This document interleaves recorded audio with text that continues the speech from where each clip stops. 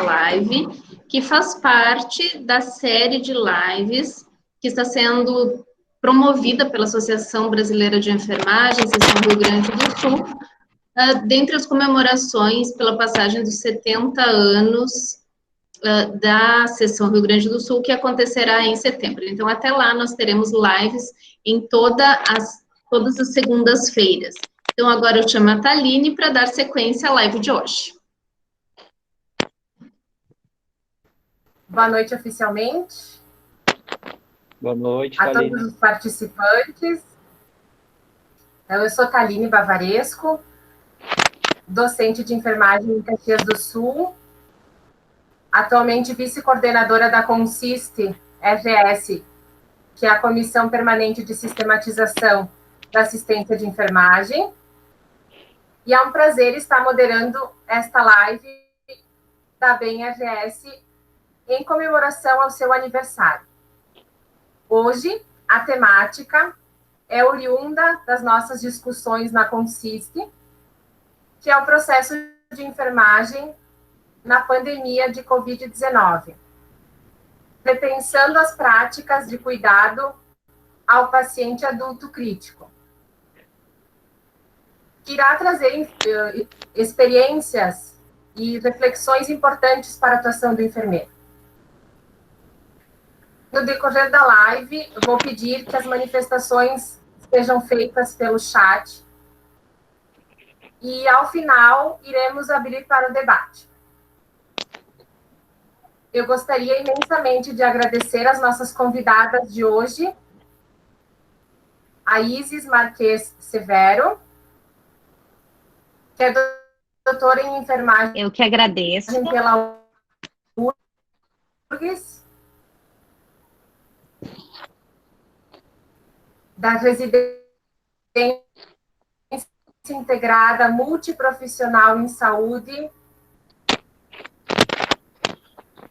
do Hospital de Clínicas de Porto Alegre e enfermeira da CTI Covid. E as enfermeiras residentes deste programa, a Marina Rafim Buffon. Cadê a Marina? Olá, obrigada pelo convite.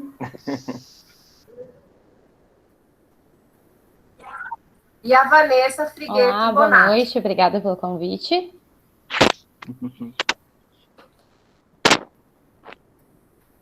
Antes das falas das nossas convidadas, eu convido o Marcos Barragan da Silva, que irá apresentar brevemente a CONSIST. Marcos, com você. Boa noite, pessoal. Tudo bom? Nessa noite fria aí a gente está estudando aí o Covid-19, o processo de enfermagem, né? Gostaria de agradecer, então, a todos os participantes da live aqui em comemoração, então, aos 70 anos da BEM-RS. E prazer enorme estar ouvindo aí a Isis, nossa parceira na CONSIST, e as convidadas também, a Vanessa e a Marina. Então, meu nome é Marcos Barragan, eu sou enfermeiro assistencial do Hospital São Camilo de Esteio e também sou enfermeiro no Residencial Geriátrico Vida, que é uma instituição de longa permanência de idosos.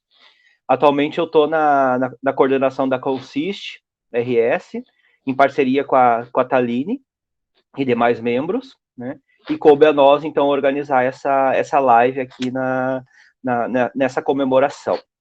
Tá? Então, brevemente, eu vou falar um pouquinho da Comissão Permanente de Sistematização da Prática de Enfermagem e qual é o objetivo dela e como nós estamos integrados, né?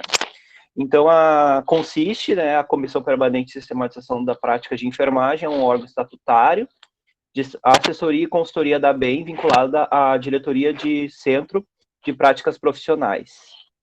O objetivo principal da CONSIST é a implementação do processo de enfermagem e o uso das linguagens padronizadas, então voltadas para ações na prática clínica, para que facilite a operacionalização do processo de enfermagem em todos os ambientes de cuidado onde o enfermeiro atua. Dentro das competências da CONSIST, nós trabalhamos, então, para articular junto à comunidade de enfermagem a defesa da SAI, né? Congregar e promover o desenvolvimento técnico-científico do processo de enfermagem das linguagens padronizadas e favorecer o desenvolvimento de ligas acadêmicas sobre SAI, comunidades de prática virtual presencial sobre a nossa temática, promover discussões e estudos relacionados às linguagens padronizadas e assessorar a ABEM quando solicitado na coordenação do SINADEM, que é o nosso Simpósio Nacional de Diagnóstico de Enfermagem. Atualmente, o nosso grupo é formado pelos coordenadores, pela secretária, que é a Michele Redin, pelas atividades científicas, que é o professor Jefferson, a professora Anali, a professora Cristiane Casmirce, que é do IPA, e a Rubelita, que é da Faculdade Integrada Taquara. Também a gente conta em parceria com as enfermeiras Helenice e a enfermeira Jane Beatriz. A Helenice é enfermeira do HCPA e a Jane Beatriz é enfermeira do Residencial Geriátrico Conviver. Trabalham com a gente na comunicação e divulgação da Consiste. E nós temos as nossas assessoras sênior, a professora Miriam de Abreu Almeida e a professora Mária de Fátima Lucena, que são professoras da Universidade Federal do Rio Grande do Sul. Então, eu deixo a palavra para a Thaline na coordenação. Sejam todos bem-vindos. Fica aberta aí as perguntas durante a live, no nosso chat, né? E todos prestigiem aí esse trabalho das gurias lá na UTI Covid-19 do Hospital de Clínicas de Porto Alegre. Tenham todos uma boa live.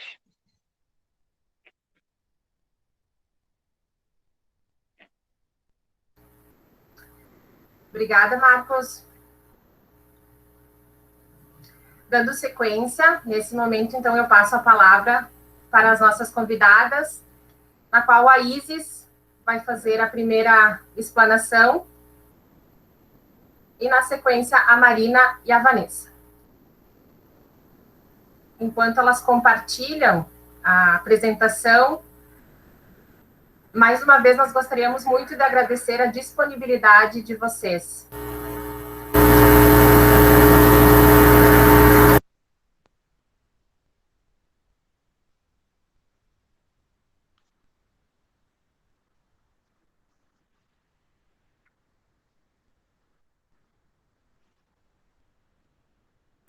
Isis, com você. Começando então. Primeiro, vou agradecer a ABEM RS, a Consiste RS pelo convite e em poder estar conversando com você sobre o processo de enfermagem, o método de trabalho do enfermeiro, importante para o planejamento, para a organização e para a condução da assistência de enfermagem. O tema da nossa live é processo de enfermagem na pandemia de Covid-19, repensando as práticas de cuidado ao paciente adulto crítico. O cenário onde acontece esse atendimento é o Hospital de Clínicas de Porto Alegre. Para quem não conhece, é uma instituição de grande porte, nós temos 767 leitos ativos, que atende pacientes clínicos e cirúrgicos, de diversas especialidades e é vinculado academicamente à Universidade Federal do Rio Grande do Sul. O Hospital de Clínicas, ele é referência no atendimento aos pacientes com Covid-19, referência no atendimento de alta complexidade aos pacientes com essa doença. Pode passar. Então, a equipe de enfermagem do Hospital de Clínicas, ela conta com 710 enfermeiros, 1.701 técnicos de enfermagem e 277 auxiliares de enfermagem. Então, é um grupo muito grande. O CTI do Hospital de Clínicas conta, no momento, com 176 enfermeiros e 544 técnicos de enfermagem. Antes da pandemia, nós contávamos com 216 colaboradores no CTI, da equipe de enfermagem. E agora, pós-Covid, nós estamos com 720 colaboradores. Então, muitos profissionais novos e sendo capacitados nas diferentes tecnologias, especificamente em relação ao processo de enfermagem, nós temos a comissão do processo de enfermagem, que é responsável pela condução do método de trabalho do enfermeiro dentro do hospital e que nos dá subsídios para dar conta dessa demanda, né? Mais especificamente, a Marina vai poder explicar melhor isso para vocês ao longo da apresentação. Na emergência do Hospital de Clínicas, nós contamos com 48 enfermeiros e 109 técnicos de enfermagem. Pode passar.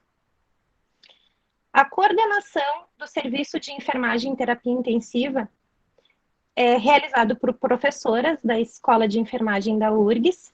Inclusive, a nossa coordenadora do grupo de enfermagem do Hospital de Clínicas é uma professora da Escola de Enfermagem da URGS, a professora Ninon Gerardon da Rosa. E a nossa chefe do serviço de enfermagem e terapia intensiva é a professora Lourdes Buzin. E a assessora do serviço de enfermagem é a professora Karina Azolin. Nós colocamos as fotos delas para vocês conhecerem. O CTI conta com 34 leitos de UTI geral, 6 leitos na UTI cardíaca, e agora, com essa pandemia, nós estamos no momento com 75 leitos para pacientes com Covid. A meta, até final de julho, é estarmos com 105 leitos abertos. Então, uma necessidade muito grande de repensar as nossas práticas surgiu com essa pandemia e conseguir dar conta da complexidade e da alta carga de trabalho que esse perfil de paciente nos exige. No serviço de enfermagem e emergência, também conta com professoras da Escola de Enfermagem da URGS como chefia de serviço, que é a professora Maria Luísa, e as assessoras são a professora Margarita e a professora Michele Santarém. A emergência conta com 84 leitos e, especificamente para pacientes com Covid, nós temos 13 leitos. Nós trouxemos aqui as fotos da parte do atendimento da UTI Covid. Então, cada enfermeiro cuida de 4 ou 5 pacientes e cada técnico de enfermagem cuida de 1 ou 2 pacientes. Dependendo se esse paciente está em terapia renal substitutiva, se ele está fazendo uso de ECMO, e também da gravidade. No entanto, a gravidade não tem sido mais utilizada como parâmetro para podermos distribuir a nossa escala de trabalho, porque todos os pacientes estão muito graves. Os slides desapareceram, Vanessa.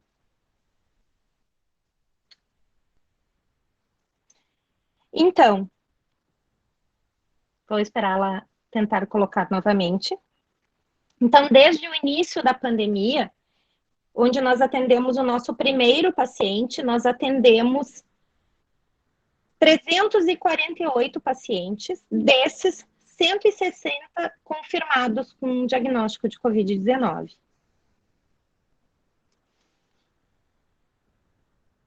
Pode colocar a apresentação.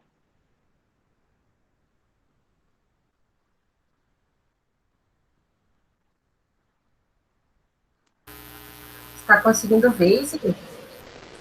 Tá aparecendo para mim agora. Para mim não está aparecendo. Está aparecendo para vocês, tá? Para mim aqui tá.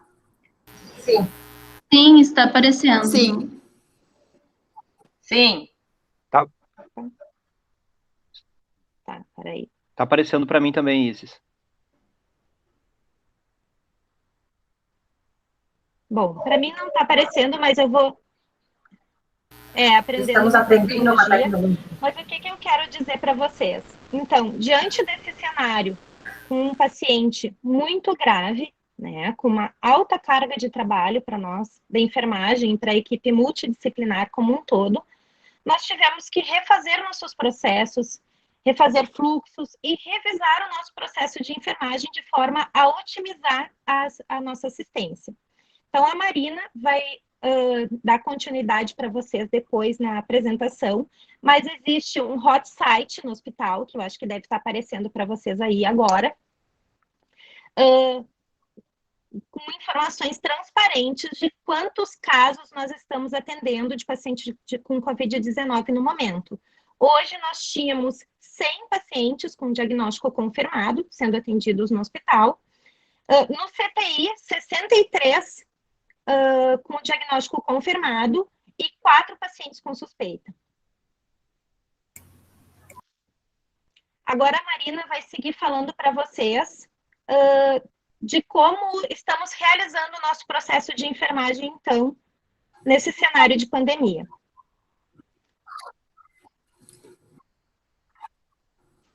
Obrigada, Isis, pela apresentação. Então, vou dar continuidade. A equipe de enfermagem, ela sempre foi a linha de frente ao atendimento dos pacientes e também em outras epidemias no decorrer dos anos. Nesse momento, né, é extremamente importante que a enfermagem ela esteja à frente e atualizada sobre as mudanças que têm ocorrido na nossa prática. Por isso, então, é primordial que na nossa assistência ela esteja embasada em literatura científica para a tomada de decisão nesse momento durante a pandemia. E agora, nesse momento, e mais ainda, né, que a nossa documentação da prática clínica seja realizada de forma adequada e confiável, apesar da pandemia que a gente tem vivenciado e da alta demanda de trabalho. A Covid-19 é uma doença nova, a gente ainda está aprendendo a lidar com ela, e não existem ainda muitos estudos sobre a Covid-19 e o processo de enfermagem. Por isso é muito importante que os nossos cuidados eles estejam sendo descritos de forma adequada para facilitar o desenvolvimento de estudos na nossa área. Pode passar. Então, esses dois são os principais estudos sobre a Covid-19 na área de enfermagem. Esse estudo da Ananda esse é um estudo que aborda sistemas de classificação de enfermagem em linguagem padronizada, agora durante a pandemia, e fornece orientações para o desenvolvimento de plano de cuidado focado na Covid-19 para profissionais de enfermagem. E esse é um outro estudo italiano que utiliza o instrumento de mensuração de carga de trabalho, o NAS, para avaliar a carga de trabalho em unidade de terapia intensiva, que atende pacientes com Covid-19. Essa ferramenta, o NAS, a gente também utiliza ali na UTI do Clínicas, e nesse estudo, a carga de trabalho durante a pandemia aumentou quase o dobro, drasticamente, devido a procedimentos complexos, como manobra prona, ECMO, diálise, algo que a gente também está vivenciando na UTI. Pode passar. Bom, então, na assistência de enfermagem, o enfermeiro, ele deve ser capacitado, e principalmente agora, né, durante a pandemia, a gente tem visto o quanto isso é essencial e importante para a nossa assistência, principalmente em terapia intensiva. Ali na UTI, a gente tem realizado muitos procedimentos complexos e utilizado diversas tecnologias. A gente precisa que o enfermeiro ele esteja capacitado e tenha conhecimento técnico, científico para realizar assistência. A gente percebe que não basta ter tecnologia, ter ventiladores e muitos profissionais em número quantitativo, né? A gente precisa de profissional capacitado, de assistência com qualidade, que consiga manejar essa tecnologia e também na assistência ao paciente, que saiba avaliar demandas, prioridades, e que a sua tomada de decisão seja embasada em todo esse conhecimento prévio, porque muitas vezes essa tomada de decisão vai ser realizada de forma rápida e tem que ser assertiva. Devido à gravidade dos pacientes, os pacientes com Covid-19, a gente vê que eles instabilizam muito rápido, e o enfermeiro ele, tem que saber tomar uma decisão em conhecimentos já prévios que ele já tinha. Então, além disso, o enfermeiro também ele precisa ser líder. A gente tem uma equipe de enfermagem que nos acompanha na assistência ao paciente e que precisa que o enfermeiro tome decisões, né, e exerça sua liderança sempre que for necessário. E principalmente agora que a gente tem vivenciado muitas mudanças na nossa assistência, é essencial que o enfermeiro tome a linha de frente, direcione a sua equipe para dar continuidade à assistência. Pode passar. Bom, agora durante a pandemia, a gente também, como eu já falei, a gente está vivenciando muitos processos novos, processos complexos e mudanças até no próprio processo de enfermagem. O gerenciamento, ele tem sido uma das maiores demandas da enfermagem e eu sempre digo que o enfermeiro ele é o gerente do cuidado, ele tem que se apropriar disso. As coisas não acontecem dentro de uma unidade sem a mão do enfermeiro ou do técnico de enfermagem, e agora, mais ainda, principalmente, né, ali no Hospital de Clínicas, toda semana tem abertura de UTIs novas, profissionais novos chegando em grande quantidade, que estão sendo capacitados, né, precisam ser capacitados, escalas gigantescas para serem elaboradas de um turno para o outro e que são realizadas durante a nossa assistência. E além de tudo isso, temos pacientes precisando dos nossos cuidados, né, e pacientes muito graves, demandando muita atenção. E em vista disso, a gente precisa ter conhecimento das necessidades que esses pacientes têm e avaliar a complexidade da assistência que isso envolve, principalmente a partir dos diagnósticos de enfermagem que vão nos auxiliar na identificação dessas necessidades e também na identificação precoce, sinais clínicos e avaliação de riscos. Esses pacientes precisam de um plano de cuidados elaborado de uma forma individualizada e com foco nos seus problemas. Pode passar. Então, a gente trouxe esse slide, que é a REP, é uma rede de pesquisa em processos de enfermagem. Algumas professoras ali da escola de enfermagem e enfermeiros também do Hospital de Clínicas fazem parte da REP. Nesse site, então, possui uma série de informações para auxiliar os profissionais de enfermagem que estamos podendo utilizar desse recurso para melhorar, né, e nos auxiliar na nossa prática. Pode passar. Então, esse é um documento, é um formulário, né, criado pelos pesquisadores dessa rede, para então estar auxiliando os profissionais. Esse documento que eu trouxe é de paciente crítico, mas no site tem outros perfis de paciente. E esse documento, ele auxilia na documentação do processo de enfermagem. Então, para quem se interessar, pode estar entrando ali no site da REP. Deixa eu passar. Bom, então, essa imagem, né, essa foto, ela demonstra exatamente o que a gente tem vivenciado nas últimas semanas. Nós chegamos no plantão e a gente se depara com essa realidade, né? É uma foto de um paciente com ECMO e também em hemodiálise. Ali atrás nós temos um ventilador, nós temos um monitor de débito cardíaco e entre outros equipamentos, né, na foto.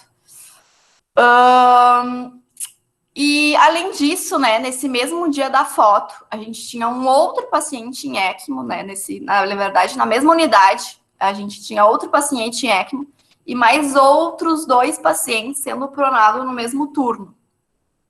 Pode passar. Esse era, então, outro paciente em ECMO. Pode passar. Então, essa é uma foto, uma imagem da gente, da equipe da UTI do Hospital de Clínicas, realizando a manobra prona. Então, dá para perceber que em cada um desses procedimentos envolve muita gente da equipe, envolve médico, enfermeiro, técnico de enfermagem, fisioterapeuta, né? E para essa foto acontecer, para isso acontecer, a equipe ela precisa estar extremamente alinhada, a comunicação deve ser realizada de forma adequada e, muito importante, todo o apoio e movimento da equipe multiprofissional nesse momento é essencial. Todos os profissionais precisam estar conectados para desenvolver a melhor assistência possível para os pacientes. Pode passar. O processo de enfermagem, então, ele é inerente à nossa profissão, faz parte de qualquer assistência que o enfermeiro desenvolva em qualquer lugar, seja no ambiente hospitalar, dentro de uma terapia intensiva, seja numa consulta de enfermagem, ou num cuidado a domicílio. Mesmo que o enfermeiro ele não documente um diagnóstico de enfermagem ou um cuidado no sistema, a equipe de enfermagem ela vai estar sempre avaliando, sempre monitorando e vai estar sempre realizando um julgamento, né, a partir dessas avaliações. E, consequentemente, vai tomar uma decisão referente a essa avaliação e vai executar cuidados para chegar no resultado esperado. Então, a relevância da utilização do processo de enfermagem na nossa prática está em entender que é necessária a sua aplicação como um método científico para planejar as nossas ações. Então, a enfermagem, ela é ciência possui sua própria linguagem, sua própria metodologia, né? E tudo embasado em conhecimento científico. E a autonomia que os profissionais de enfermagem tanto querem, né? Ela só será alcançada no momento em que a gente perceber, todo mundo, né? Entender que a gente precisa utilizar essa metodologia científica nas nossas ações. Pode passar. Os diagnósticos, as intervenções e os resultados de enfermagem, eles favorecem o desenvolvimento de sistemas que fazem parte da nossa linguagem. Os sistemas de classificação de enfermagem, eles possibilitam o cuidado em uma linguagem padronizada e eles realizam a descrição da nossa prática clínica, formando uma estrutura para organizar, né, os diagnósticos, as intervenções e os resultados de enfermagem. Esses sistemas de classificação são instrumentos essenciais para a produção de conhecimento, para pesquisas e contribuem para o raciocínio clínico dos enfermeiros, além de promover, né, a padronização das nossas intervenções em qualquer parte do mundo. O enfermeiro, ele precisa entender que utilizar sistemas de classificação, realizar diagnósticos e descrever nossa prática clínica em sistema informatizado não é burocracia. A gente precisa demonstrar nosso trabalho e mostrar que a enfermagem é praticada a partir de muito conhecimento científico e muita pesquisa. O desenvolvimento, né, de qualquer ciência, qualquer profissão tem sua própria linguagem, e qualquer ciência também está relacionado à existência de uma forma organizada do seu vocabulário. Pode passar. Então, no Hospital de Clínicas, o nosso processo de enfermagem ele é informatizado. A gente utiliza o AGH-USE. A gente realiza evoluções em prontuário eletrônico e elenca diagnósticos de enfermagem e prescreve os cuidados. A NOC, ela não está informatizada no nosso sistema, porém, professoras da enfermagem, né, pesquisadoras da área, têm desenvolvido inúmeros estudos com a NOC e relacionado à importância dela para a nossa profissão. Pode passar. Ali no Clínicas também, a gente tem a comissão do processo de enfermagem, que é a COP. Ela é composta por docentes e enfermeiros que representam todas as áreas assistenciais e que se dedicam, né, ao estudo do processo de enfermagem, como ele é utilizado no Hospital de Clínicas. Atualmente, a coordenadora da COP é a professora doutora Amália de Fátima, e que também realiza diversos estudos nessa área do processo de enfermagem. Pode passar. Então, a partir do que foi dito, né, a gente percebeu que a carga de trabalho aumentou muito com a pandemia, além de toda a complexidade da assistência que isso envolve, e, consequentemente, isso acabou respingando na nossa forma de trabalhar e não tinha como não repensar o nosso processo de enfermagem. Devido ao aumento da carga de trabalho, a gente teve que reorganizar o modo que a gente estava aplicando o processo de enfermagem no sistema. Quando o paciente ele é admitido no hospital, o enfermeiro precisa avaliar as necessidades desses pacientes e elencar diagnósticos prioritários. E como os pacientes com COVID têm chegado muito grave, com diversas necessidades, eram elaborados inúmeros diagnósticos para os pacientes. Em média, era elencados em torno de 4 a 5 diagnósticos para um paciente e uma lista de cuidados de enfermagem para um paciente também. Então, a partir disso, foi visto, né, a necessidade de um único diagnóstico de enfermagem que abordasse todas essas necessidades que os pacientes estavam chegando. E por isso, a COP, em conjunto com enfermeiros da terapia intensiva, avaliaram um estudo que a enfermeira Luciana Barreto ela desenvolveu na sua tese de doutorado sob orientação da professora Miriam, no qual ela desenvolveu um diagnóstico para pacientes potenciais doadores de órgãos que estão em morte encefálica, o diagnóstico Síndrome do Equilíbrio Fisiológico Prejudicado. Esse diagnóstico de síndrome, ele abriga a maioria das necessidades dos pacientes com COVID-19, e como é um diagnóstico de síndrome, ele agrupa vários outros diagnósticos que a gente já estava utilizando na nossa prática, só que agora em um único diagnóstico de enfermagem. Pode passar.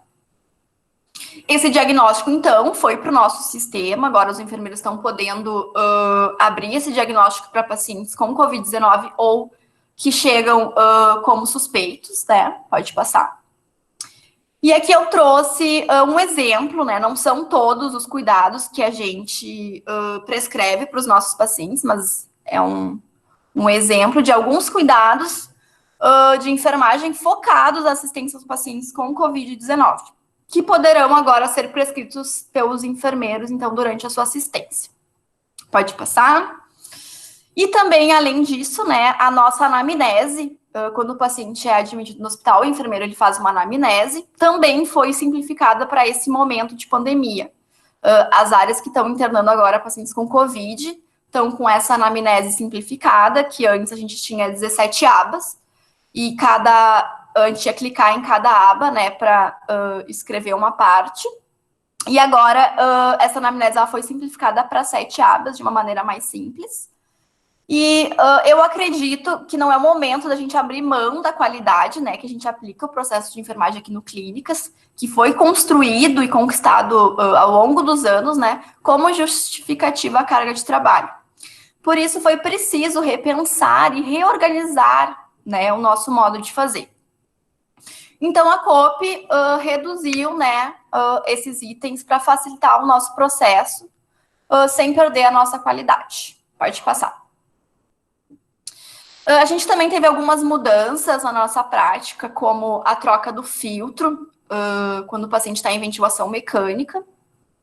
Depois eu vou mostrar ali uma foto para vocês. A gente também tem utilizado para todos os pacientes entubados o sistema fechado. Antigamente, a gente media a diurese de 6 em 6 horas, agora a gente está medindo de 12 em 12 horas, para evitar a exposição do profissional. A gente tem otimizado algumas coletas de exames, também no preparo de medicamentos. E a gente, como paciente que está na terapia intensiva, com Covid-19 ou suspeito, eles não podem receber visita dos seus familiares. Então, a equipe do CTI, uma equipe multiprofissional composta por médicos, enfermeiros e psicólogos, tem realizado um trabalho excelente com a visita virtual, que é realizada com um celular e o paciente pode entrar em contato com a sua família. E a gente também tem tido alguns cuidados com o corpo após a morte, conforme o protocolo da CCIH. Pode passar. Então, aqui eu trouxe uma foto só para exemplificar para vocês a troca do tubo. Então, a gente tem feito com 2 profissionais, onde um clampeia o tubo, o outro desliga o ventilador, enquanto já é feita a troca do filtro. Tem que ser um trabalho muito alinhado, de forma muito rápida, para não expor o profissional. Essa outra imagem é uma foto de um dreno de tórax, no qual cortaram um tubo de ventilação mecânica e acloparam um filtro de barreira, né, para diminuir a dispersão de aerossol para o ambiente. E aqui embaixo 2 imagens da visita virtual que os nossos profissionais ali do Hospital de Clínicas têm realizado. Nessa imagem da esquerda é a psicóloga Rita, fazendo a visita virtual com o paciente. E na foto aqui à direita é a professora Karina Zolin, fazendo visita virtual com uma paciente na terapia intensiva. Pode passar. Então, ali no Hospital de Clínicas também a gente realiza estudos clínicos, que é coordenado pela COP. São realizados mensalmente por diferentes serviços de enfermagem. Os casos escolhidos, eles são reais, né? E nós abordamos todas as etapas do processo de enfermagem. É uma metodologia utilizada para aprimorar a tomada de decisão clínica, né? E para estimular o pensamento crítico dos enfermeiros. Nos estudos, a gente tem a participação de professores, ali da escola de enfermagem, enfermeiros, técnicos de enfermagem e acadêmicos de enfermagem. Aqui foi um estudo clínico que foi elaborado pela equipe da emergência e do CTI no ano passado. Então, sempre quando tem estudo clínico, a COP distribui esses cartazes pelo hospital, né, uma forma de convite. E agora, vou passar a palavra para a Vanessa, que vai apresentar um estudo clínico de enfermagem. Obrigada. Vocês me escutam? Sim, Vanessa. Sim. Tá, obrigada. Então, nesse sentido, a gente pensou em apresentar hoje aqui para vocês o estudo clínico do mês de março, que que foi realizado por nós, na enfermagem do adulto crítico, da residência multiprofissional, em parceria com os nossos locais de prática, que são a emergência e o CTI. Esse fluxo que nós vamos mostrar aqui hoje, ele acontece ainda no Hospital de Clínicas.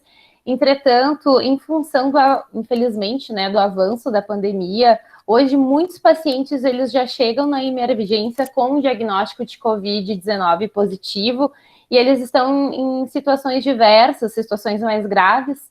Nós estamos recebendo inúmeras transferências de hospitais de baixa complexidade e pacientes provindos do SAMU. Então, o perfil de chegada do paciente na emergência, ele é bem mais grave do que esse desse estudo. Esses pacientes estão mais críticos, estão mais instáveis. Mas, assim, então, essa paciente procurou a emergência lá no início da pandemia, ainda para nós, no dia 30 de março, né?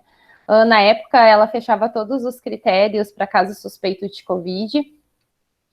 Ela passou pelo enfermeiro no acolhimento com classificação de risco da emergência, onde foi verificados sinais vitais e colhida a história clínica dela. O enfermeiro aplicou o protocolo de classificação de risco Manchester, né, que avalia os sinais e sintomas e critérios de atendimento desses pacientes. A gente traz aqui uma foto desse protocolo. Esse é o protocolo realmente que foi aplicado para essa paciente. A queixa principal foi tosse, febre, falta de ar e cansaço. Ela estava apresentando uma taquicardia bem importante no momento que ela chegou na emergência, e a gente destaca que agora, em função da pandemia, foi adicionado ao momento do acolhimento a pergunta suspeita de Covid-19, o que auxilia e agiliza, né, na chegada desse paciente para depois se dar os encaminhamentos. Também, nas informações complementares, foi registrado que era uma paciente asmática, hipertensa, o que fecha com os critérios para grupo de risco para Covid-19, e que ela havia vindo de viagem do exterior, o que era um fato muito importante na época, né? Então, essa paciente, ela entrou no fluxograma de dispneia para adulto, no discriminador história respiratória significativa, e foi classificada como laranja, muito urgente. Ela também na classificação foi feito o score de estratificação de risco para sepse, que é o PSOFA, que avalia a pressão arterial sistólica, a frequência respiratória e a alteração no nível de consciência. E no caso dessa paciente, ela pontuou 1.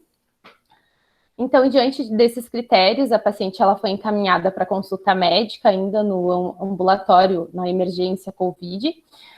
No atendimento, além do exame físico, foi avaliado o raio-x de tórax trazido pela paciente, que apresentava infiltrados em bases, o que é sugestivo de COVID.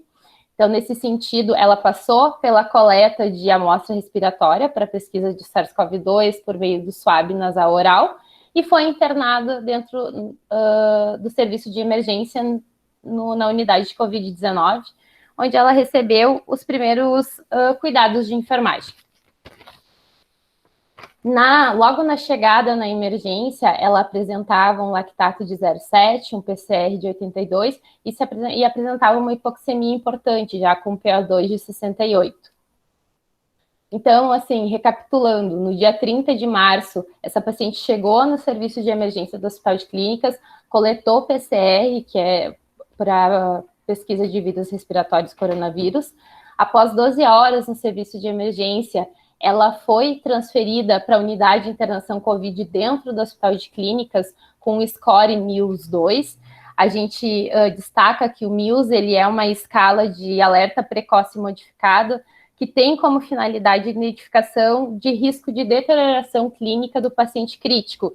Ele é uma ferramenta muito importante na avaliação do paciente crítico, e ele é utilizado em vários momentos da assistência, especialmente no momento do transporte desse paciente, que é no caso de uma transferência também. Então, ela vai para a unidade de internação com score de MIUS-2, ela estava estável até então.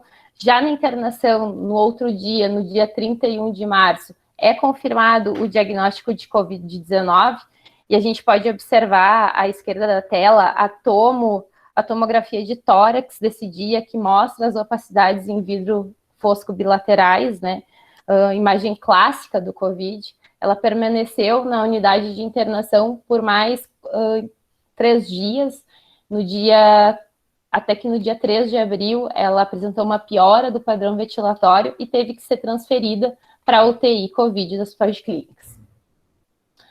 Na admissão no CTI foi realizado o histórico de enfermagem, né, onde se destaca que ela era uma paciente de sexo feminino, de 62 anos, e a sua história prévia, era uma paciente que tinha asma desde a infância, tinha um histórico de tuberculose na adolescência e era hipertensa. Então, todas as comorbidades, né, que a gente tem que observar nesses pacientes.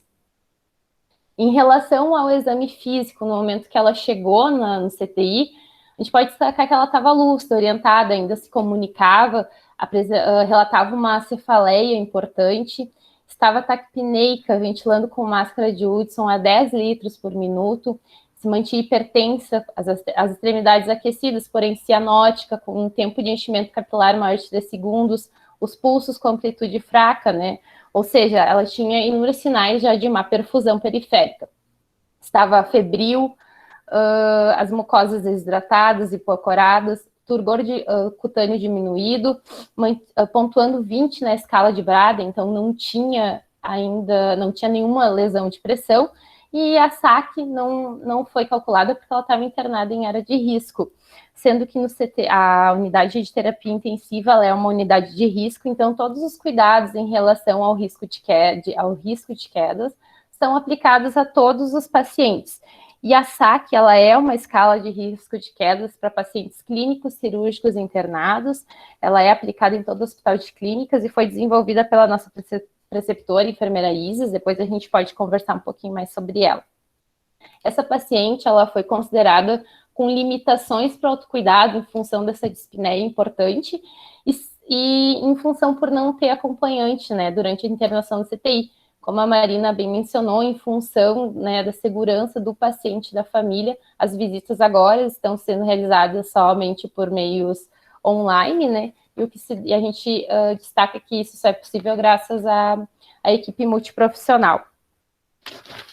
Então, os exames já na admissão do CTI, a gente percebe que ela teve um aumento importante no lactato, mais ainda no PCR, né, que foi para 241, e uma piora da hipoxemia, o PO2 já caiu para 59 e mantinha um raio-x ainda com muita infiltração bilateral. Então, agora a gente queria conversar com vocês e perguntar, assim, a partir da história clínica dessa paciente, dessa chegada no CTI, quais diagnósticos de enfermagem que você elencaria para ela? E aí, quem quiser pode opinar ali pelo chat que as gurias vão lendo, porque eu não enxergo. Fiquem à vontade. Podem só escrever ali no chat, que daí eu vou lendo.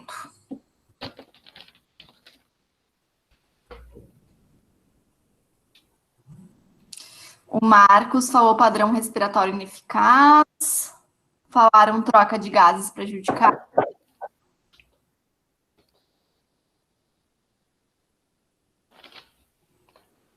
Mais algum outro?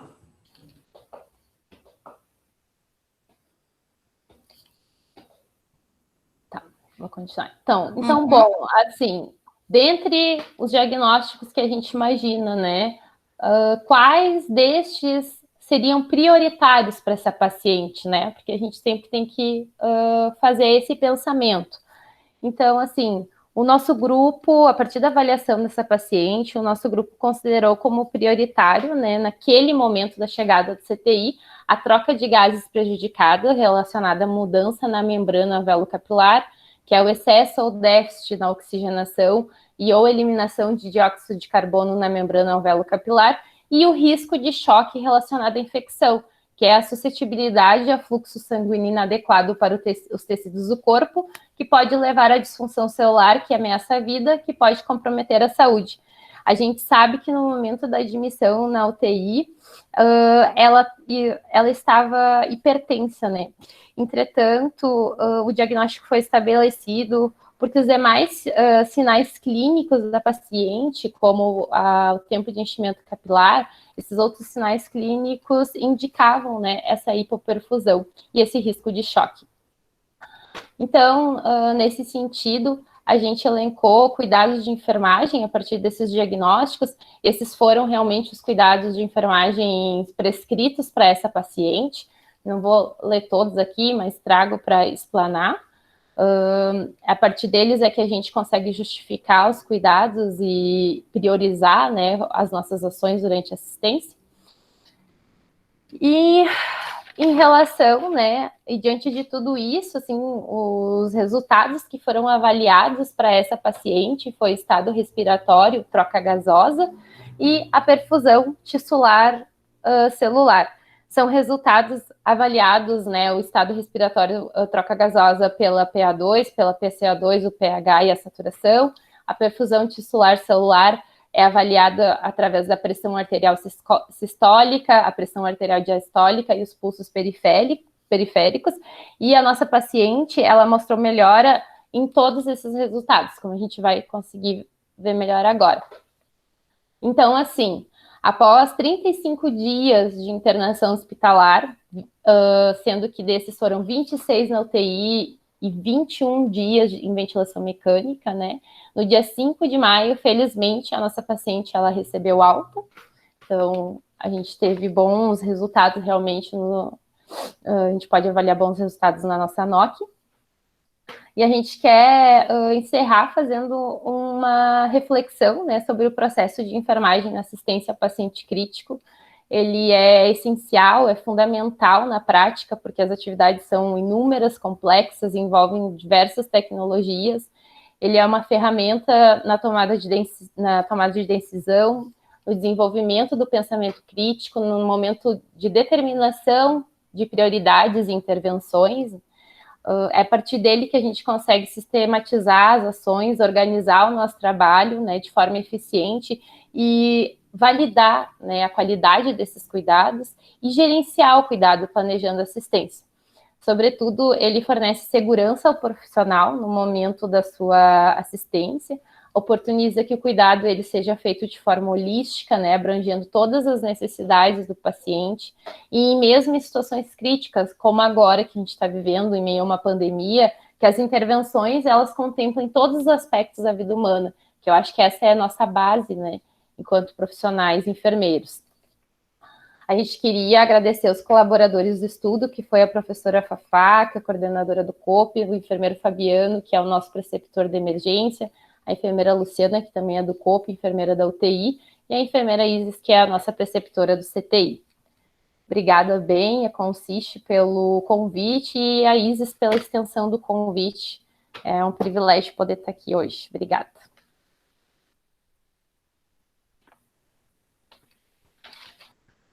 Isis, Marina e Vanessa, muito obrigada por compartilharem tamanha experiência, como vocês disseram, repensando as novas práticas ao paciente adulto crítico. Neste momento, eu abro para o debate, reflexões, e quem gostaria de acessar o microfone ou pelo chat, fique bem à vontade de se posicionar e contribuir para a nossa conversa.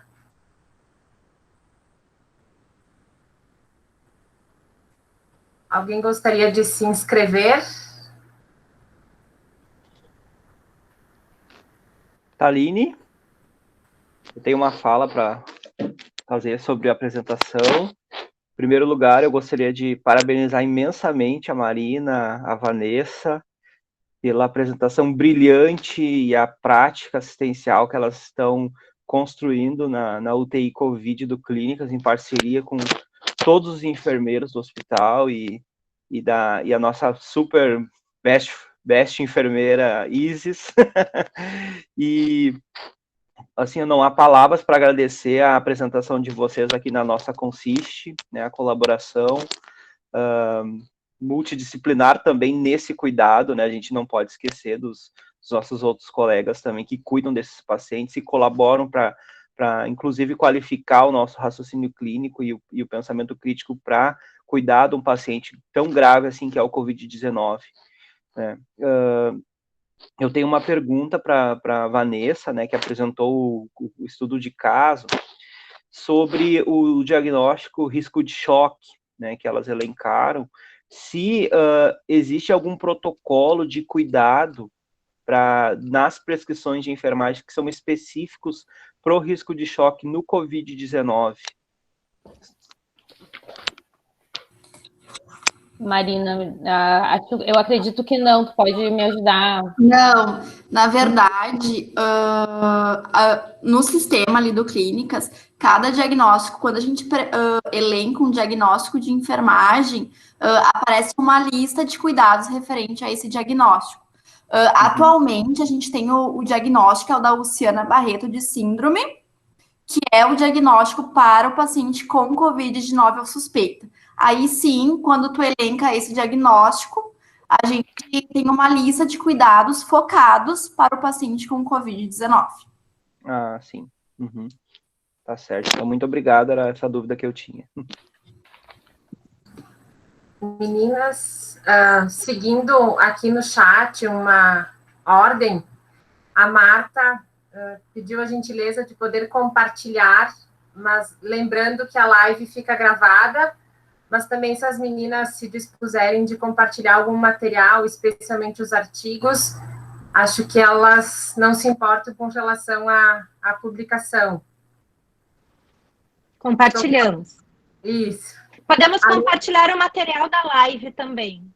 Claro. A gente pode colocar um link lá na gravação com os materiais. Muitas parabenizações, elogios, né, demonstrados aqui no chat para vocês, de uma forma geral. E a Ana Amélia, da UFSPA, está inscrita, que ela gostaria de falar. Olá, colegas, boa noite. Iniciando, então, tudo bem, Isis? Parabenizando a todas. Que bom revê-la. Parabenizando a todas vocês, então, inicialmente, por estarem, né, à frente desse momento que é inédito na vida profissional, todos os enfermeiros e enfermeiras, e fazendo um trabalho que é excelente no cuidado a todos esses pacientes, né, reorganizando a equipe, enfim.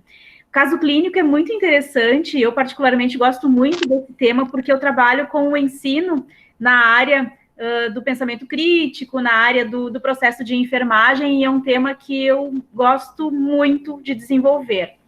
Inclusive, temos um projeto de extensão na UFSPA que trabalha exclusivamente com esse tema, focado na capacitação dos enfermeiros e das enfermeiras. Meu questionamento é em relação ao caso, né? Vocês abriram 2 diagnósticos prioritários, inicialmente, na admissão da paciente na UTI, e ela evoluiu durante 21 dias com ventilação mecânica. Certamente foi uma paciente que evoluiu para traqueostomia, acredito. E que teve alta... Não foi preciso? Era esse meu... Não.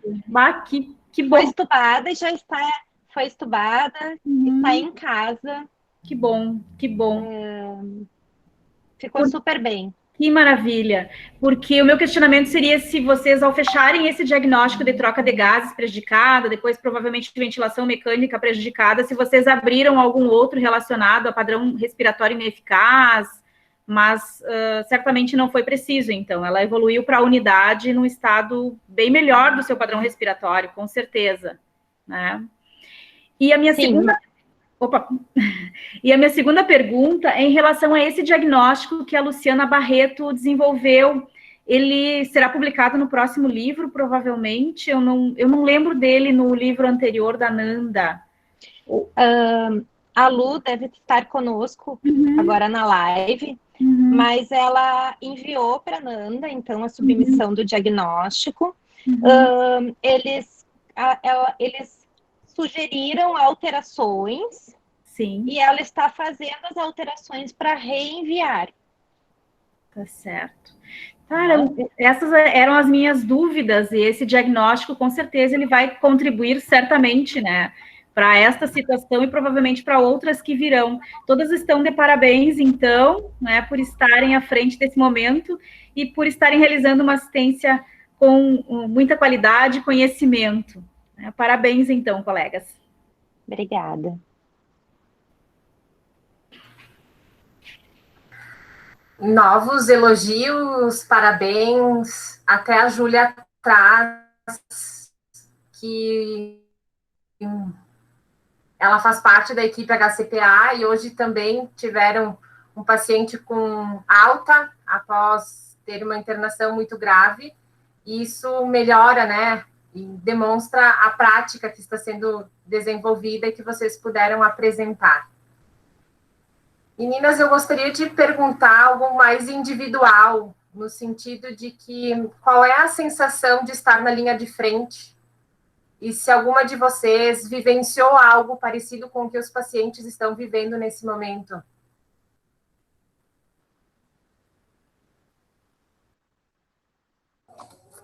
Vou deixar a Isis, que tem mais anos de experiência de CTI, responder essa pergunta. Bom, como a Marina falou, eu tenho 18 anos como enfermeira de terapia intensiva. E fazem 13 anos que eu trabalho na UTI adulto do Hospital de Clínicas. Eu posso dizer que nestes meus anos todos de experiência, eu ainda não tinha vivido uma situação como a que estamos vivendo hoje, tá?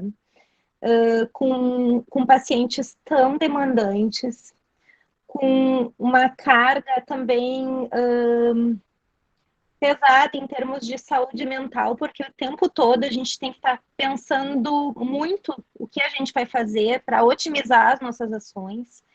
Como a Vanessa falou na apresentação ao longo do estudo de caso, são pacientes que eles instabilizam muito rápido.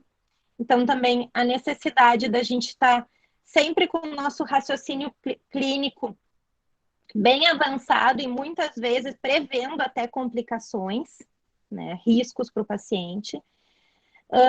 Porém, eu acho que esse momento de pandemia é um momento de muito aprendizado, né? É um momento onde a gente está repensando as nossas práticas e para melhor. Hoje, por exemplo, eu estava cuidando de manhã de 2 pacientes em ECMO e um terceiro paciente tinha sido decanulado semana passada, ele foi retirado do suporte do ECMO e hoje de manhã ele foi extubado. Então, em meio a essa dinamicidade que é a terapia intensiva, a gente tem esse monte de emoções acontecendo. Uma outra paciente que esteve muito grave conosco, que eu acho que a Júlia mencionou ali, foi pronada mais de uma vez. Hoje ela teve alta para a unidade de internação e logo depois da saída dela, ela foi mais rápida que nós. Ela mandou entregar flores para a equipe, junto com um chocolate e um cartão muito especial. Então, assim, no final do meu plantão, que foi bem dinâmico, movimentado, como tem sido todos os dias, mas também cheio de resultados positivos, com o paciente sendo estubado, um outro paciente do ECMO já em processo de desmame do ECMO. No final da manhã, ela teve alta e mandou entregar flores para nós. Então, tudo isso também recompensa, né? É um trabalho que recompensa. A gente está aprendendo muito. Nós temos muitos colegas novos que vieram de outras instituições e também muitos colegas que foram realocados dentro do hospital, que estão conosco, que vieram nos ajudar. Então, a gente está aprendendo muito com essas pessoas, assim, como a gente ensina, a gente também está aprendendo muito. Então, eu posso dizer que nesses meus 18 anos de experiência em terapia intensiva, eu nunca aprendi tanto, né? E também estou muito orgulhosa das minhas 2 residentes que vão sair no final da residência preparadas para trabalhar em qualquer terapia intensiva. E isso nos enche de orgulho enquanto preceptora e enquanto profissional da equipe multiprofissional, da equipe multiprofissional como um todo. Temos outros colegas da equipe multiprofissional que estão junto conosco e nos dão suporte todos os dias.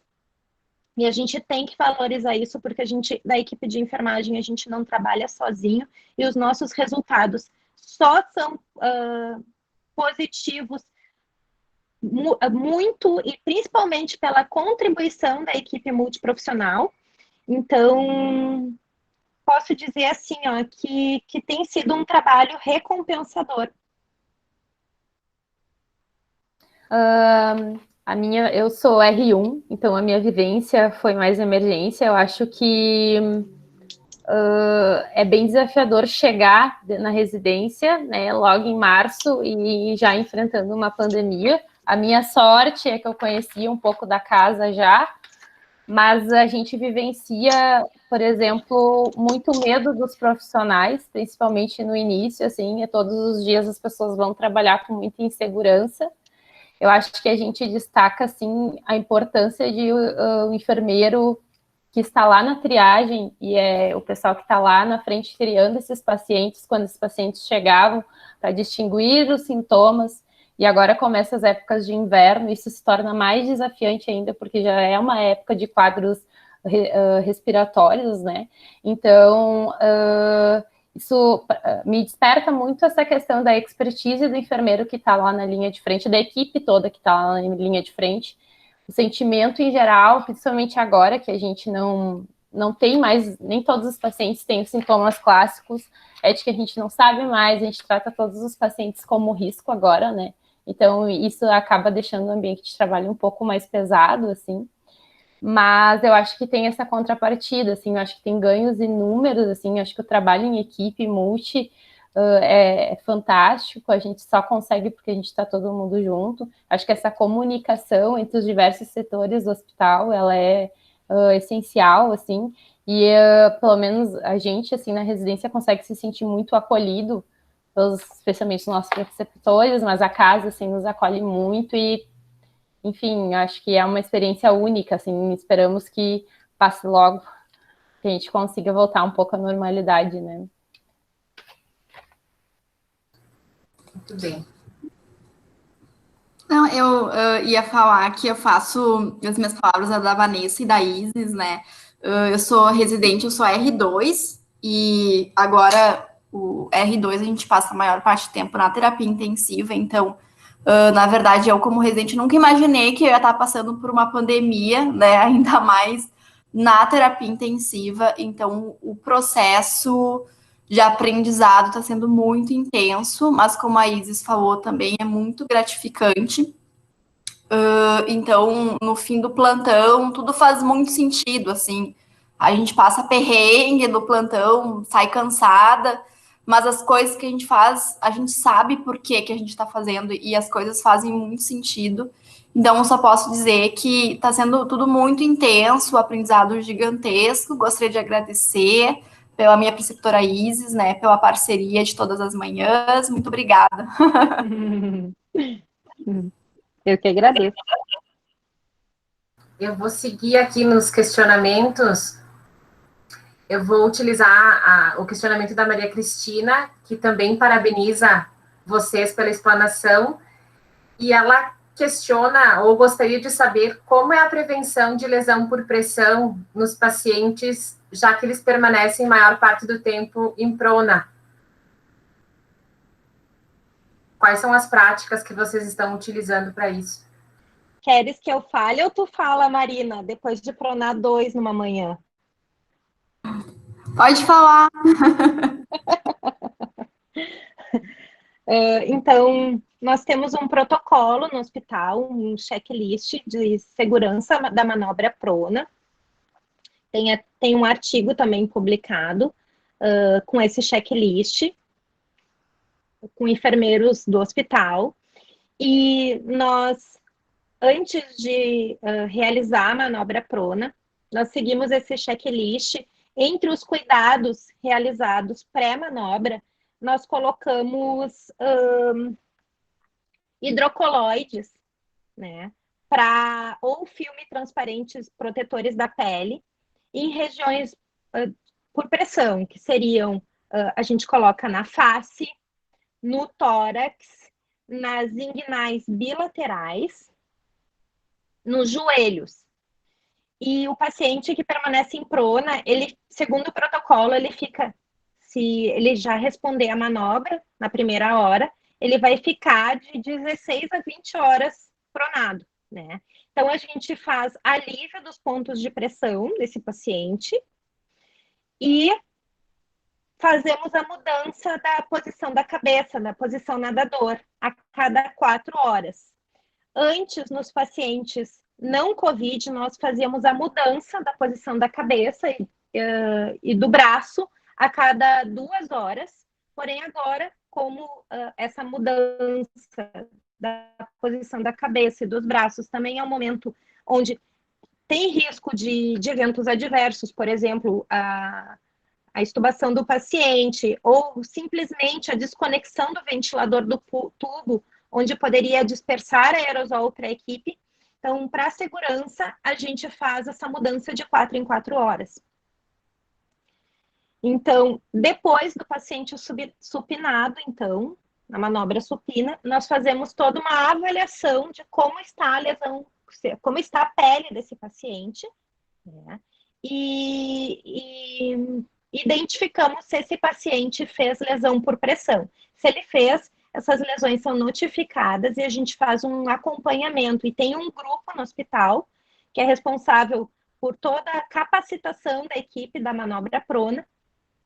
E também esses cuidados são trabalhados com todos os profissionais que são capacitados, né? Todos da equipe precisam fazer essa capacitação. Técnicos, enfermeiros, fisioterapeutas, né? Todos da equipe multiprofissional, psicólogo também faz, então é um trabalho em equipe mesmo. Além de nós aplicarmos, né, a escala Braden a cada 7 dias ou na mudança do quadro clínico do paciente, ou se ele desenvolve alguma lesão. Eu só vou acrescentar uma questão. Se por um acaso aumentou o indicador de lesão por pressão? Infelizmente, sim. Porque os nossos pacientes são muito graves. Muitos pacientes, infelizmente, eles não têm condições de nós realizarmos mudança de decúbito pela instabilidade. Em média, 10 a 11 bombas de infusão por paciente. Então, assim, a gente sempre tenta, né? Por quê? Porque a gente sabe da importância desse cuidado. Mas isso também a gente faz de acordo com a condição clínica do paciente no momento. Obrigada, meninas. Seguindo aqui no chat, revisando as colocações, novos parabéns e gratificações pelo momento.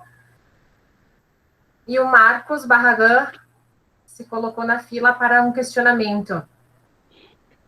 Colegas, eu gostaria de perguntar como é que é o critério para colocar o paciente em ECMO. É conforme a gasometria, conforme a resposta à ventilação mecânica? Poderia contar um pouquinho para nós?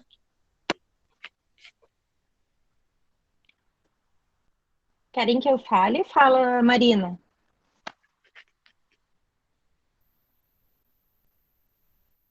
Vou falar. Pode falar. Então, assim, as indicações de ECMO, existem uma série de indicadores clínicos que são avaliados por uma equipe também, que atende os pacientes em ECMO no hospital, mas basicamente, né, nós temos usado ECMO VV nos pacientes com COVID. A venosa, né? Veno-venosa. Veno-venosa. ECMO veno-venoso. Tá? Uhum. E é o paciente com insuficiência respiratória basicamente grave, que não responde às medidas de ventilação mecânica protetora e com uma relação FA2-PO2 baixa. Tá? Uhum. Então, são avaliados esses critérios, além de, basicamente, esses e outros, para se indicar ou não. Por exemplo, o paciente que nós temos em ECMO, que está no 5º dia de ECMO, lá na unidade, temos 2 no momento, tá? Mas o último, hoje é o 5º dia de ECMO, e ele, antes de ir para o ECMO, ele pronou 4 vezes. tá? Então, ele foi pronado 4 vezes. Na 4ª tentativa de prona, se viu, então, que não respondia às medidas protetoras, que não respondeu à manobra, e que precisava do suporte do ECMO. Tá? Então, foi tudo muito rápido. Ele foi pronado de manhã, no meio da manhã, no início da tarde, ele foi supinado, ele foi transferido de unidade, porque ele estava numa outra UTI Covid, são várias lá no hospital, estava numa UTI no térreo, e a nossa fica no 7º andar, e a nossa é referência para o atendimento de pacientes em ECMO. Então, esse paciente foi transferido para a nossa unidade para ser canulado. Então, tudo isso foi no início da tarde que ele foi transferido, tipo, 1h30 depois, ele estava sendo canulado. Certo. E os diagnósticos de enfermagem, eles modificam conforme essas instabilidades, ou eles se mantêm prioritários nessa flutuação do caso? O diagnóstico... Eu acho que ele acaba se mantendo, né? A gente registra, né, no nosso sistema a condição daquele diagnóstico. Então, assim, ou ele é mantido, né?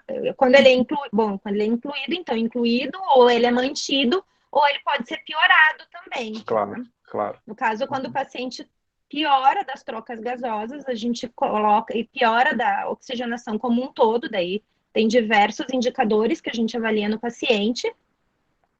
A gente coloca como condição daquele diagnóstico piorado. Tá? Mas muitos diagnósticos, sim, são modificados. Tá? Porém, a maioria deles permanece algum tempo. Tá.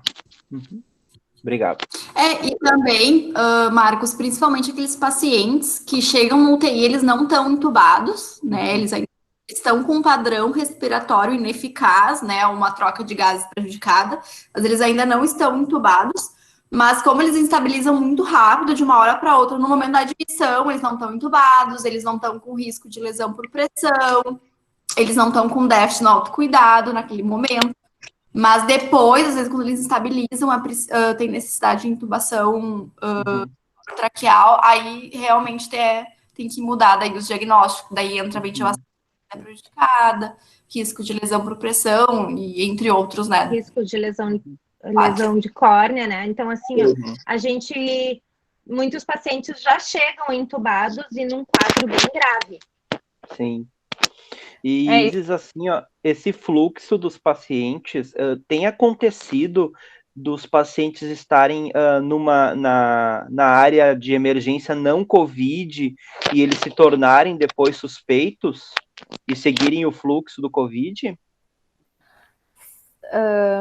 Sim, acho que infelizmente sim, quase que diariamente, porque na realidade muitos pacientes eles internam por uma causa e ao decorrer dos dias começam a apresentar esses sintomas, ou às vezes o que acontece com maior frequência são pacientes que são completamente assintomáticos e nos exames de imagem são sugestivos, né?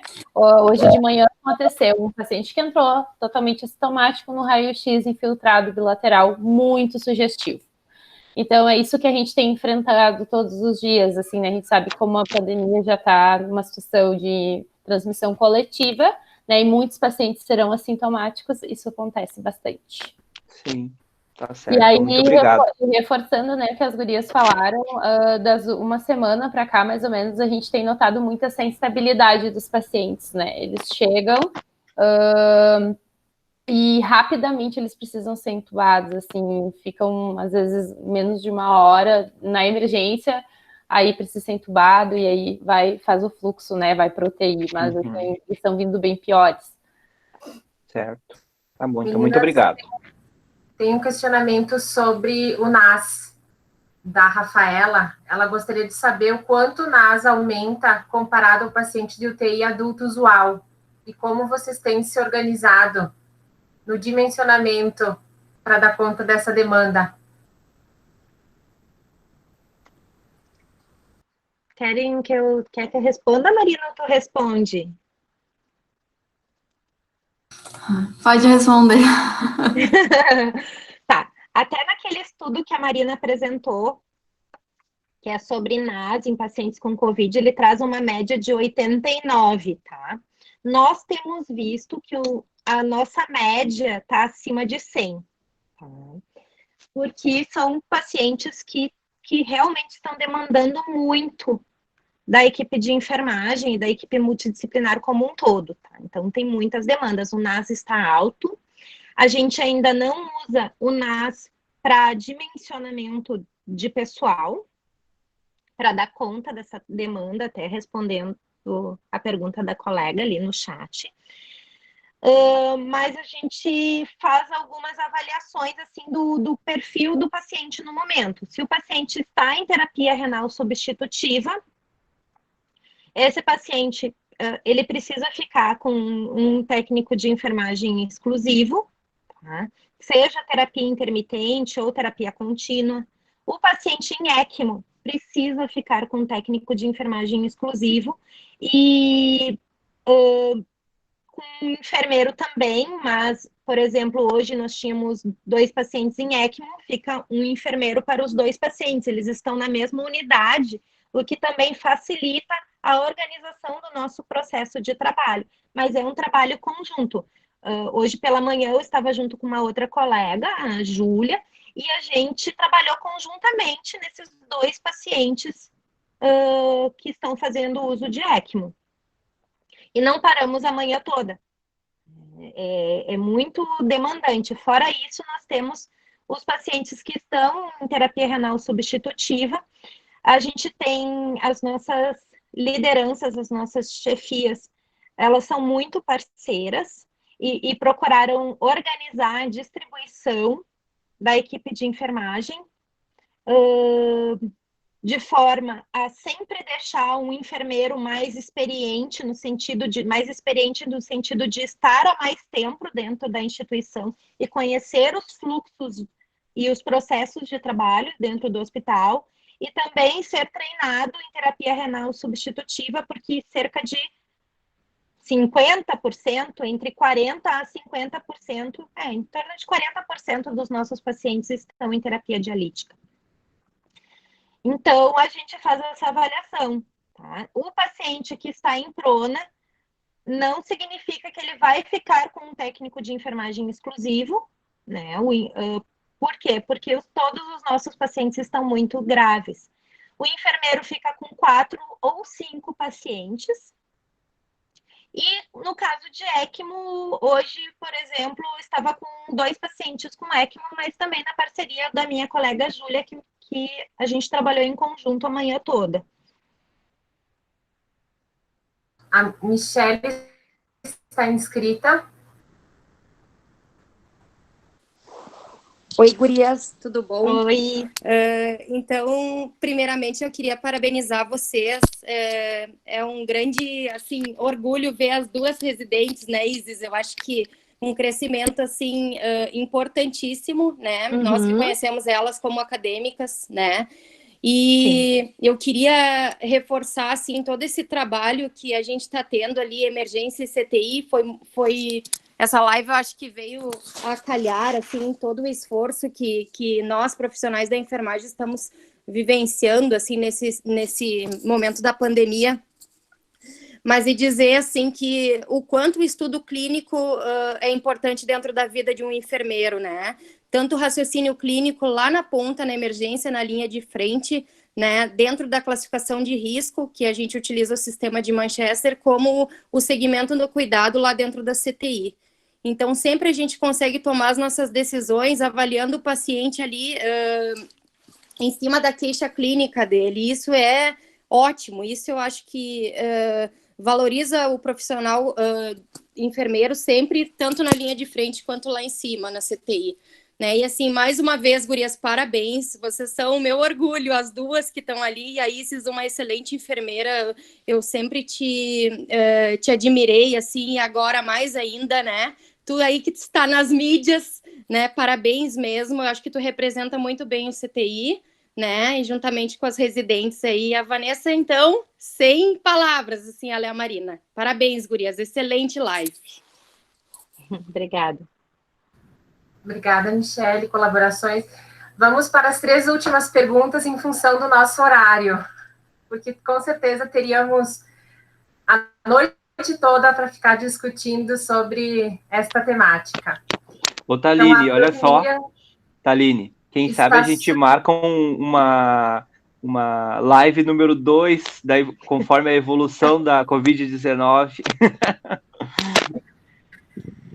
Então, a Miriam está pedindo uma curiosidade, na verdade. Se estão sendo investigados ou pesquisados onde foram contraídos, onde foi contraído o Covid? Olha, na nossa anamnese, né, a gente procura investigar, tá? Porém, agora a gente sempre... Bom, a gente procura investigar, mas, no entanto, tem muitas contaminações, né, que estão sendo... que a gente sabe que é de origem comunitária, tá? Não se consegue identificar de onde que o paciente adquiriu a doença, tá? Mas a maior parte dos pacientes a gente consegue descobrir pela história do paciente, sim. E a Marielle quer saber se a ECMO já era utilizada antes da pandemia. Muito.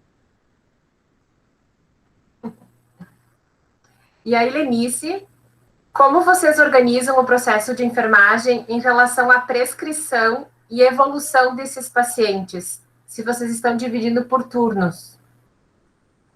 Sim, a gente divide por turnos, tá? O enfermeiro que ele faz a prescrição, ele elenca o diagnóstico, ele faz a prescrição, avalia esse paciente para ver se teve resultado, esse plano de cuidados. Ele é responsável por exemplo, fazer todos os curativos que esse paciente tiver, justamente para poder ir acompanhando. Para isso, a gente fez uma escala dividida entre turnos, para que a gente possa manter o acompanhamento e avaliar melhor se o nosso plano de cuidados está tendo resultado, ou se a gente mantém, ou se é necessário modificar. Por exemplo, no turno da noite, nós temos... Eu fico com 4 ou 5 pacientes normalmente. Vou dar um exemplo, tá? A enfermeira da noite faz 3 processos, a enfermeira da manhã faz 1, a enfermeira da tarde faz outro. Se divide assim.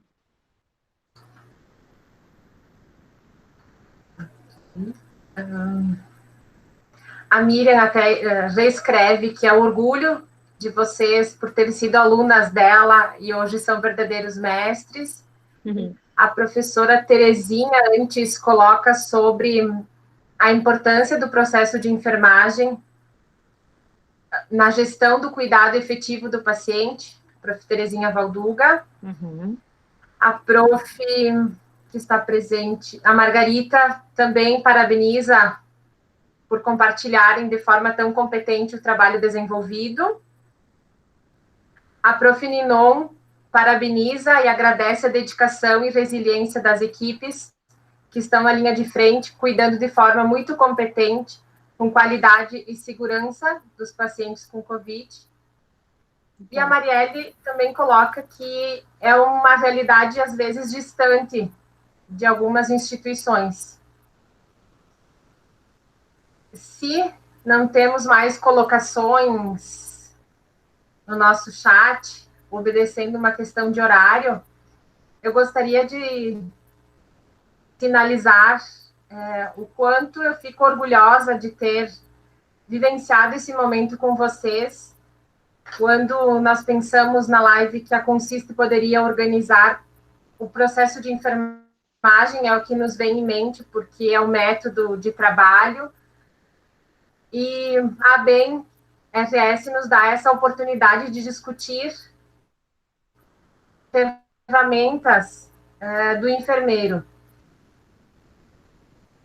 Vocês trazem a questão da inovação no ensino, na aprendizagem, na pesquisa, na assistência. Eu acho que no cuidar e se envolver com o paciente, com família, e que a enfermagem realmente ela se inova e ela repensa as práticas de acordo com as necessidades. Então, agradeço muito vocês pela disponibilidade e por compartilharem tamanha experiência nesse momento. Agradeço pelo convite também. Obrigada. Muito obrigada pelo convite. É um privilégio estar aqui. Boa noite a todos. Muito obrigada. Adorei participar dessa live. Esperamos que a gente tenha conseguido levar uma mensagem da importância do processo de enfermagem e da importância do nosso trabalho enquanto equipe de enfermagem e junto com uma equipe multidisciplinar. Então, agradeço a todos. Em nome da Consiste, eu gostaria de agradecer também a participação da Vanessa e da Marina e da Isis, né? Nós aqui fortalecendo a BNRS, né, a nossa instituição, nossa sociedade, e graças a esse excelente trabalho, a gente pode avançar no estudo do processo de enfermagem, que é um dos objetivos da Consiste, né? E também eu gostaria de agradecer a minha colega Thaline por ter tomado a linha de frente, né, a organização da nossa live, né? Muito obrigado mesmo, e que a gente tenhamos mais lives com novas experiências, novos resultados de cuidados de enfermagem. Um abraço a todos, eu deixo aqui o meu agradecimento especial. Boa noite a todos, então, pessoal. Comunico que agora nós deixamos de gravar esse vídeo, e antes disso, cumprimento o nosso presidente, o presidente da ABEM Rio Grande do Sul, Joel Rolim Mancia, que está aqui nos prestigiando. Ok, um abraço, Joel. Obrigado. Boa noite a todos, então, e parabéns, gente, pelo excelente trabalho mostrado aqui hoje. Obrigado, estou para todos. Abraço, muito obrigada. Tchau, obrigada.